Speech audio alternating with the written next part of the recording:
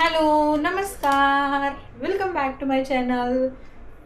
आज आम्ही डीमार्टला जाऊन आलो आहे. डीमार्टला मी लिस्ट फक्त एवढीच लिहिली होती आणि जायचं होतं फक्त 10-12 वस्तू घ्यायला आणि बिल आम्ही फक्त 5,500 करून आलो आहे.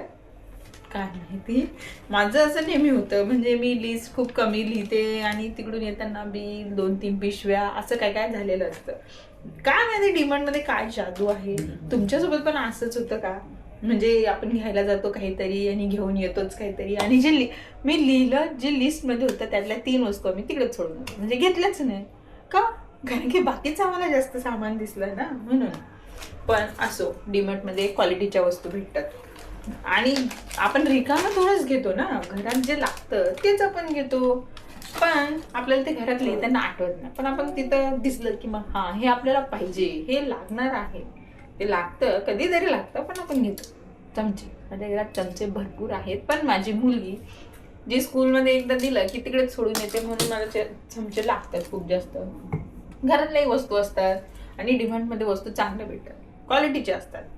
आणि बाजारात जाऊन एक एक वस्तू काहीतरी आठवली मग ती आणा, त्यापेक्षा असं डीमार्टला गेल्यावर वस्तू भरपूर चांगल्या भेटतात. बाहेर फक्त 10 रुपयात क्लचर भेटतो, मी आणले 50 रुपयात 2 क्लच. हां, ऑफकोर्स क्वालिटी आहे, बट त्या 10 रुपयाच्या क्लचरला पण क्वालिटी असतेच की डिमांड. हां, पण मी ही एक पॅन्ट आणली आहे, छान.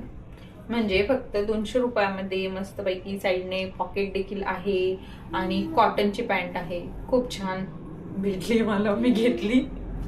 मला काय पण दिसलं घेतली. हां, रुमाल आणले. हे रुमाल परवडण्यासारखे 60 रुपयात 4. आमच्या बाबूला लागतात किंवा मग आपण पण यूज करतो, एकदम सॉफ्ट आहेत, आणले. असं मी काय काय भरलं आणि बिल झालं आमचं. तुमचंही असंच होतं का?